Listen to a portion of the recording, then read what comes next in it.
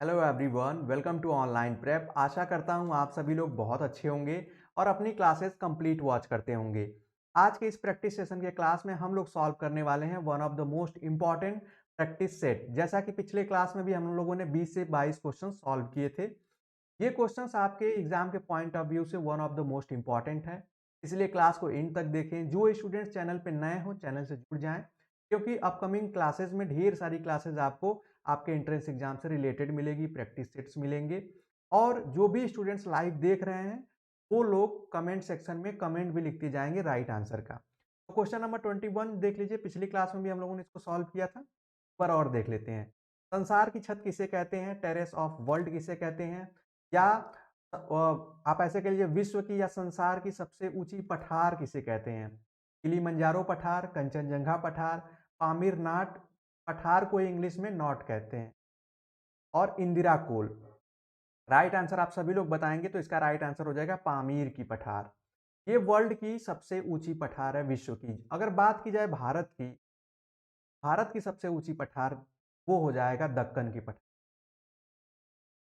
दक्कन की पठार, ये आप सभी लोग नोट करिएगा, क्योंकि एग्जाम में इन सबसे ये जनरल क्वेश्चन है, इससे हमेशा क्वेश्चन रिपीट हो जाते हैं।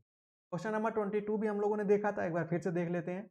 हरमनप्रीत कौर किस खेल से संबंधित है? ऑप्शन आप देख लीजिए, टेनिस, हॉकी, निशानेबाजी या क्रिकेट। तो आप सभी लोग पता है हरमनप्रीत जो है इंडियन वुमेन्स क्रिकेट टीम की कैप्टन भी है, और ये तीनों फॉर्मेट की कैप्टन रही हैं, और ये इनको कई अवार्ड्स भी नवाजे गए हैं, जिसमें अर्जुन अवार्ड भी मिला है। इसका जो राइट आंसर हो जाएगा वो हो जाएगा क्रिकेट, ऑप्शन डी। के बाद क्वेश्चन नंबर 23 देखिए, निम्नलिखित कथनों पर विचार कीजिए।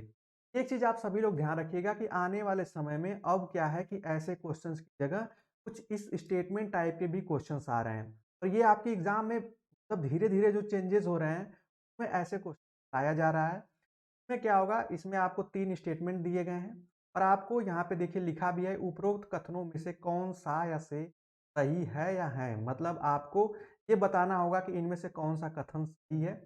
उसके मतलब इस तरीके के क्वेश्चन ध्यान से पढ़ने की जरूरत भी होती है और जानकारी की भी जरूरत। जैसे लिखा है अंतर्राष्ट्रीय मानकीकरण होगा, यहाँ पे मानकीकरण संघ नहीं होगा, संगठन होगा। कभी कभी गलत भी लिखा होता है। तो इंटरनेशनल स्टैंडर्डाइजेशन जो होता है, ऑर्गेनाइजेशन कहते हैं, या ऑर्गेनाइजेशन ऑफ स्टैंडर्डाइजेशन जो मानक तय करता है अंतर्राष्ट्रीय स्तर पे, ये वो संस्था है। क्या इसका मुख्यालय रोम में है? पहला कथन है। दूसरा कथन है आईएसओ आईएसओ 9000 9000 गुणवत्ता प्रबंध तंत्र और मानकों से संबद्ध है। आपको बता दें, आप कोई प्रोडक्ट देखेंगे तो उस पर आईएसओ 9000 लिखा हुआ आपको मिल जाएगा। ये क्या है ये आपको बताना है, अभी मैं डिटेल में बताऊंगा। आप सभी लोग आंसर करेंगे। आईएसओ 14000 14,000 सॉरी 14000 14,000 जो है ये पर्यावरण प्रबंध तंत्र मानकों से संबद्ध है, से रिलेटेड है। अब आपको इसमें कथन बताना है कि पहला दूसरा सही है, या केवल तीसरा सही है, दूसरा तीसरा सही है, या कोई भी नहीं। ये आपको बताना है इन्हीं कथनों में से। तो आपको बता दें जो इसका मुख्यालय है वो है जेनेवा, स्विट्जरलैंड में, जेनेवा में है। तो रोम, तो ये पहला तो गलत हो जाता है यहाँ पे। अब इस आधार पे हम देखेंगे कि पहला इसमें दिया गया था, अब बचता है सेकंड, थर्ड और केवल थर्ड। तो आपको बता दें जो आईएसओ 9000 है, ये आपको गुणवत्ता प्रबंध तंत्र के लिए मानक डिसाइड किए गए हैं। किस तरीके की जो खाद्य पदार्थ है, खाने की चीजें हैं, उस पर आपको आईएसओ की मार्किंग मिल जाएगी, काफी इंपॉर्टेंट है। और जो तीसरा है ये है 14,000, ये पर्यावरण प्रबंध से है। प्लास्टिक यूज पे ऐसी ऐसी चीजों पे लिखा होता है, कहीं कहीं आप इस तरीके से भी लिखा हुआ मिलेगा आपको, आईएसओ 9001 इस टू 2015 ऐसे करके लिखा हुआ मिलता है। आपको ध्यान होगा, ये दोनों जो है स्टेटमेंट ये सही है। राइट आंसर क्या हो जाएगा? दूसरा और तीसरा है ऑप्शन। एनटीए जो एग्जाम कराता है, कुछ और भी एग्जाम है बीएड एंट्रेंस के, जैसे सी बीएड, ऐसे क्वेश्चन मैक्सिमम आते हैं। यूपी बीएड में ऐसे क्वेश्चन अभी नहीं आ रहे हैं, लेकिन कभी भी आ सकते हैं, क्योंकि पैटर्न धीरे धीरे थोड़ा थोड़ा चेंज हो रहा है, लेवल भी चेंज हो रहा है। आप सभी लोग आंसर करेंगे। क्वेश्चन नंबर 24 आपकी स्क्रीन पे है, भारत में पर्यावरण निशान का चिन्ह क्या है? आपको ये बताना है पर्यावरण निशान का चिन्ह क्या है। एगमार्क में भी यूज किया जाता है। इसमें देखिए उगता हुआ सूरज, सिंह मतलब क्या शेर है, मिट्टी का बर्तन या गेहूं की बाली? इसका आप सभी लोगों को आंसर देना है। जल्दी से आप सभी लोग आंसर देंगे। इसका जो राइट आंसर हो जाएगा वो हो जाएगा मिट्टी का बर्तन। ये कुछ इस तरीके से ये आकार बनाया गया है और ये पर्यावरण का निशान है इंडिया में। ये आप सभी लोग ध्यान रखेंगे। ऐसे एग्जाम में अब क्वेश्चंस आते हैं, थोड़ा सा डिफिकल्ट है क्योंकि ये जनरल नॉलेज की बात है। जब आप कोई चीज़ को ध्यान से पढ़ते हैं, समझते हैं और खासकर जब आप प्रैक्टिस सेट्स को देखते हैं, तभी ऐसे क्वेश्चंस बनते हैं और उसमें आपको इन्फॉर्मेशन मिलती है। अगला देखिए, क्वेश्चन नंबर 25 देखिए, राज्य मानवाधिकार आयोग जो ह्यूमन राइट्स कमीशन है, यहाँ पे राज्य लिखा है। पहले हम लोग इसको देख लेते हैं। ये ध्यान रखिएगा, राज्य मानवाधिकार आयोग के अध्यक्ष की नियुक्ति कौन करता है या नियुक्त कौन करता है? यहाँ पे आप ऑप्शन देखेंगे, राष्ट्रपति, प्रधानमंत्री, राज्यपाल या मुख्यमंत्री। यहाँ पे आप, ये सिंपल है, आप सभी लोग कोशिश करें, सभी लोग आंसर करें, तब मैं इसका आंसर बताऊं। इसका जो राइट आंसर होगा वो होगा राज्यपाल, ऑप्शन सी। लेकिन अगर यहाँ पे राज्य नहीं दिया होता तो यहाँ पे मानवाधिकार आयोग दिया होता सिर्फ, और उसके अध्यक्ष की नियुक्ति पूछता, तब आप राष्ट्रपति लगाते। हालांकि राष्ट्रपति उसके लिए एक कमेटी बना देती है, वो लोग अध्यक्ष नियुक्त करते हैं। और अध्यक्ष जो के बारे में हम लोग अगली क्लास में पढ़ेंगे। मानवाधिकार जो है उसको डिटेल में पढ़ लेंगे, अभी तक कितने अध्यक्ष बने, वर्तमान में कौन है। आप सभी लोग थोड़ा सा सर्च भी कर लीजिएगा, वर्तमान में कौन है, उनका नाम क्या है। करंट अफेयर के ऐसे क्वेश्चन कई बार एग्जाम में आते हैं, ये ध्यान रखिएगा। क्वेश्चन नंबर 26 देखिए, ये भी काफी इंपॉर्टेंट है। प्रथम पंचवर्षीय योजना में सर्वोच्च प्राथमिकता किसे दी गई थी? का मतलब क्या है? यहाँ पे प्राथमिकता का मतलब, जब 5 ईयर प्लान बनाया गया है तो किस चीज को देखकर फोकस, या वो 5 ईयर प्लान किस चीज को या किस सेक्टर के लिए फोकस था, ऐसे आप समझ सकते हैं।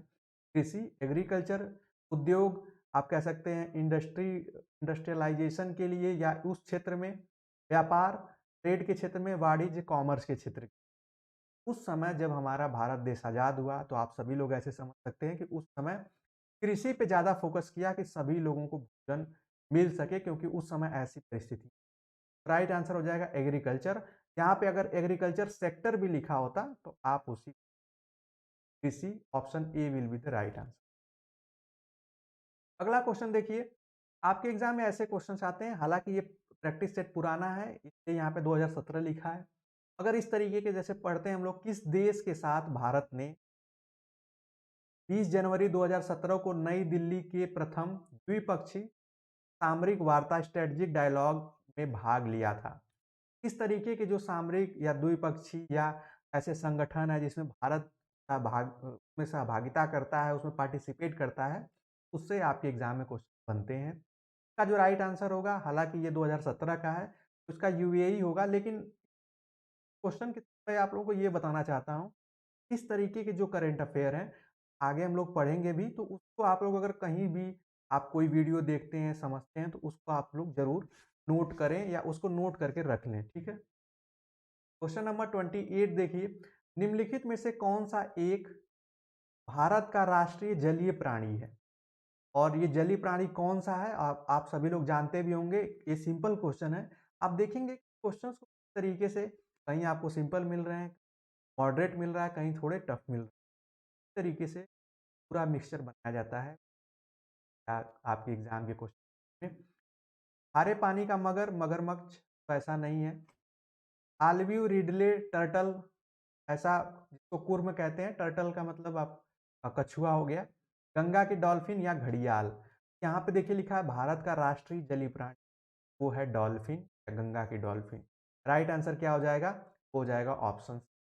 ऐसे आपके एग्जाम में क्वेश्चन हैं और रिपीट भी होते हैं, ये भी खास बात है। क्वेश्चन नंबर 29 आप लोग देखेंगे अपने स्क्रीन पे, 7वें वेतन आयोग की सिफारिश किस तिथि लागू हुई? आपको बता दें, वेतन आयोग आप ये जो है ये आपके हमेशा एग्जाम में आता है, और अभी जो चल रहा है वेतन आयोग वो है 7वां वेतन। आगे जो अगला आएगा वो 8वां होगा। और ये किस तिथि से लागू हुआ, देखिए ये आपके भी एग्जाम में पूछा जा सकता है। ये वर्तमान में यही वेतन आयोग चल रहा है। इस आयोग का काम क्या होता है, जितने भी सरकारी कर्मचारी होते हैं, एम्प्लॉय होते हैं, उनके पेमेंट से रिलेटेड, उनको छूट से रिलेटेड, इन सारी चीज़ों के बारे में, आप ऐसे कह लीजिए जितने वेतन आयोग आते हैं पेमेंट बढ़ जाती है, चाहे वो स्टेट गवर्नमेंट के एम्प्लॉय हो, सेंट्रल गवर्नमेंट पे, वो डिपेंड करता है वो कहाँ अप्लाई होता है सबसे पहले। ये जो आया था इसका राइट आंसर आप ऑप्शन देख सकते हैं 2 अक्टूबर 2015, 1 जनवरी 2016, 1 अप्रैल 2016, यहाँ पे 1 जनवरी 2017। इसका राइट आंसर जो हो जाएगा वो हो जाएगा ऑप्शन जनवरी 1 जनवरी 2016 अप्लाई हुआ। ऐसा माना जा रहा है कि 2024 में 8वां आ जाएगा लेकिन ऑफिशियल। क्वेश्चन नंबर 30 देखिए, पेलिकन बोर्ड फेस्टिवल 2018 का आयोजन किस राज्य में हुआ था? इस तरीके के जो आयोजन कराए जाते हैं जिसमें ये आप गवर्नमेंट के थ्रू होते हैं, स्टेट गवर्नमेंट भी कराती हैं, इसमें हमें ध्यान रखना चाहिए एग्जाम में ऐसे क्वेश्चन बनते हैं। इस बार भी जो हुए थे तो ऐसे क्वेश्चन आए थे, हालांकि ये 2018 का लिखा हुआ है, आपके एग्जाम जो होगा तो उसमें 2022 इसका भी पूछा जाए।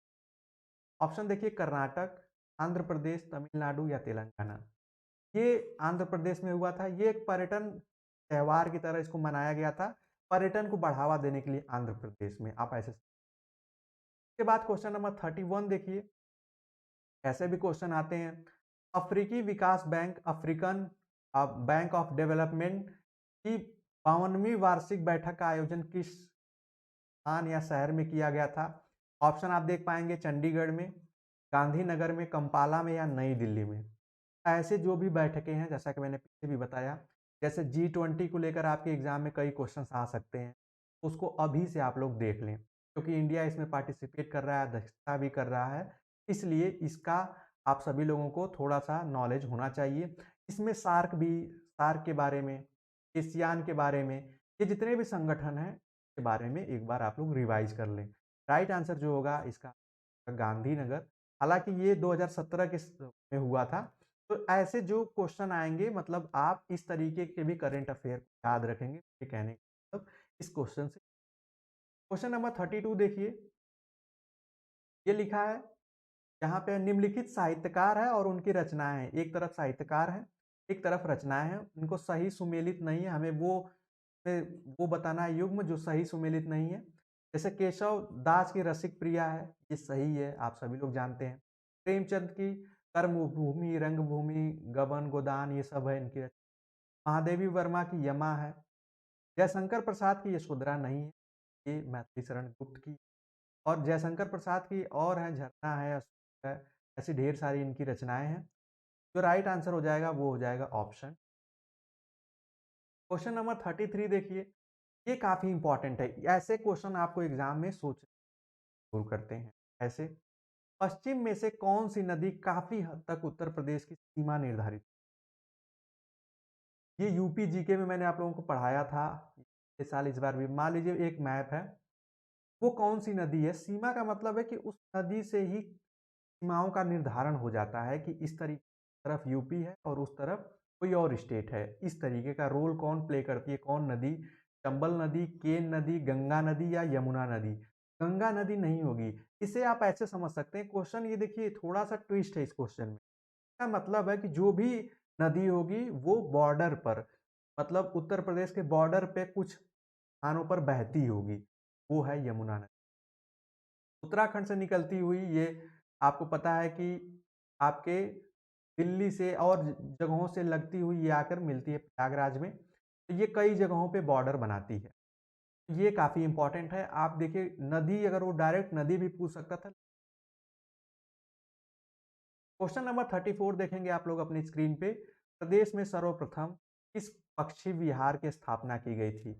पक्षी विहार का मतलब एक तरीके से जैसे आप वन वन विभाग है या वन वन संरक्षण बनाया जाता है, उस तरीके पक्षियों के लिए भी एक विहार, इसी को विहार कहा जाता है, स्थापना की गई थी।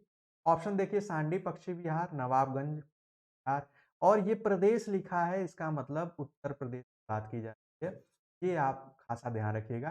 जैसे यूपी बीएड का आप एग्जाम देंगे तो उसमें क्या होगा, उत्तर प्रदेश के 2-3 क्वेश्चन आ जाते हैं कभी कभार, या अब आने लगे हैं। तो इसमें देखिए समान पक्षी विहार या सूर सरोवर पक्षी विहार, यहाँ पे प्रथम लिखा है, सर्वप्रथम। तो इसका जो राइट आंसर होगा वो होगा ऑप्शन बी, नवाबगंज पक्षी विहार, जो कि उन्नाव डिस्ट्रिक्ट। ये आप लोग ध्यान। इसके बाद क्वेश्चन नंबर 35 देखिए, काफी इंपॉर्टेंट है। पूर्व पश्चिम और उत्तर दक्षिण कॉरिडोर, कॉरिडोर या गलियारा इसको कहते हैं, जो कि एक आप अगर मैं इंडिया का मैप बना पाऊँ, मान लीजिए इंडिया का मैप यहाँ रफली मैं बना रहा हूँ बस आप लोग को बताने के लिए। तो ये जो पूर्व पश्चिम से जो गलियारा है 6 लेन का बनाया गया है, गलियारे का मतलब है कि यहाँ पे 6 लेन का एक राज्य मार्ग है, रोड है, ठीक है? ये यहाँ से कन्याकुमारी से लेकर ये जम्मू कश्मीर तक है और ये यहाँ से पोरबंदर से लेकर सिलचर तक है। इसके बीच में ये एक जगह मिलती है मतलब वो इंटरसेक्टिंग पॉइंट बताना है। इसका मतलब है जो एक दूसरे से मिलने का स्थान कहाँ है? ये काफ़ी इंपॉर्टेंट है, एग्ज़ाम में कई बार आता है। ऑप्शन आप देख लीजिए भोपाल में ये दोनों राज्य मार्ग एक स्थान पे मिलते हैं, या ग्वालियर में, या नागपुर या झांसी। राइट आंसर क्या होगा? आप सभी लोग कमेंट करेंगे। नहीं भी आ रहा है तो गेस करिए कि कौन-सा सही हो सकता है। तो option C will be the right answer. Question number 36 देखिए, यहाँ पे देखिए लिखा है दिल्ली का नया, हालाँकि उपराज्यपाल पद का नाम है, यहाँ पे राज्यपाल लिखा है, किसे नियुक्त किया गया है? तो ये क्या है? ये प्रीवियस ईयर का है, मतलब इसमें वो नाम नहीं है जो वर्तमान में है। लेकिन आप सभी लोग कमेंट करें कि वर्तमान में दिल्ली के उपराज्यपाल कौन है? इससे पता चलेगा कि आप लोगों की तैयारी कितनी है। आप सभी लोग जल्दी से कमेंट करें। इसका जो राइट आंसर हो जाएगा वो वर्तमान में जो है विजय कुमार सक्सेना, विजय कुमार।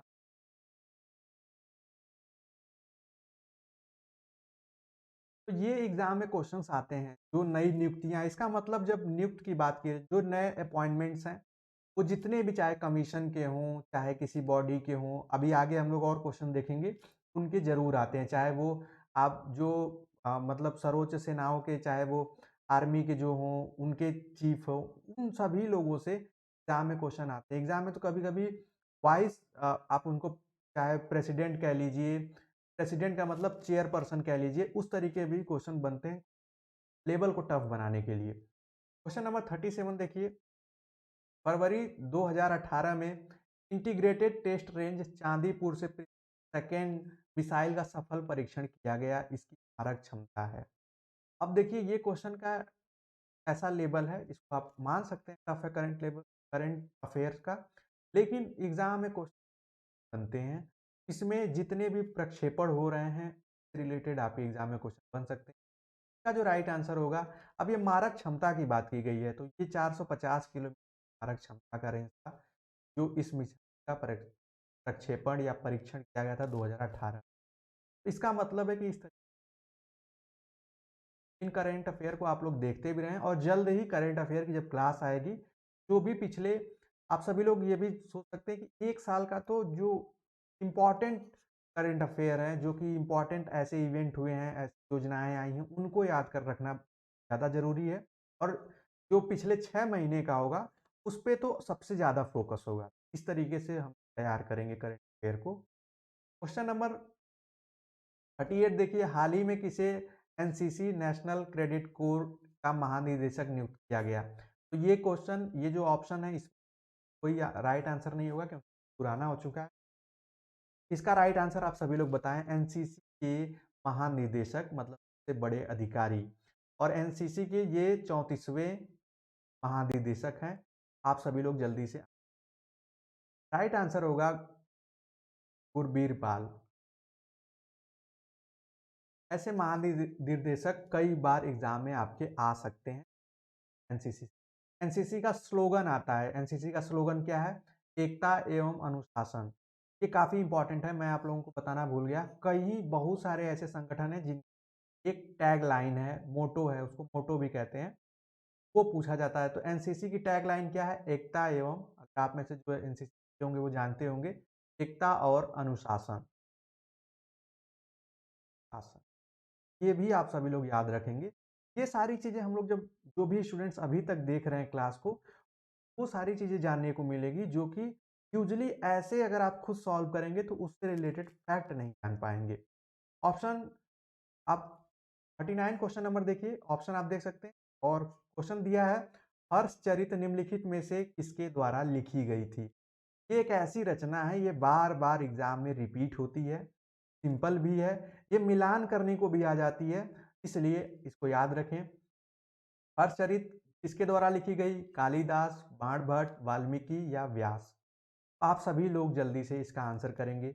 कालिदास विज्ञान शाकुंतलम, वाल्मीकि की आप सभी लोग जानते हैं, वेद व्यास आपको महाभारत, वाल्मीकि आपके रामायण, इस तरीके के जितने भी रचनाएं हैं प्रमुख वो आती है। राइट आंसर इसका हो जाएगा बाणभट्ट।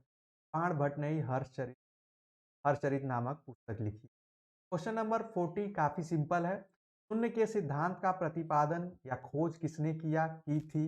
इस तरीके से लैंग्वेज हो सकती है। ऑप्शन देखिए, चरक, चाणक्य, आर्यभट्ट, वराह मिहिर। आपको बता दें, एक क्लास मैं जल्दी इस पे लूंगा जिसमें इस तरीके के आपके संप्रदाय से क्वेश्चन आता है, इस संप्रदाय के जनक कौन है या उनके अनुयायी कौन थे, इस तरीके के क्वेश्चन एक क्लास में करेंगे, वो काफी इंपॉर्टेंट होता है।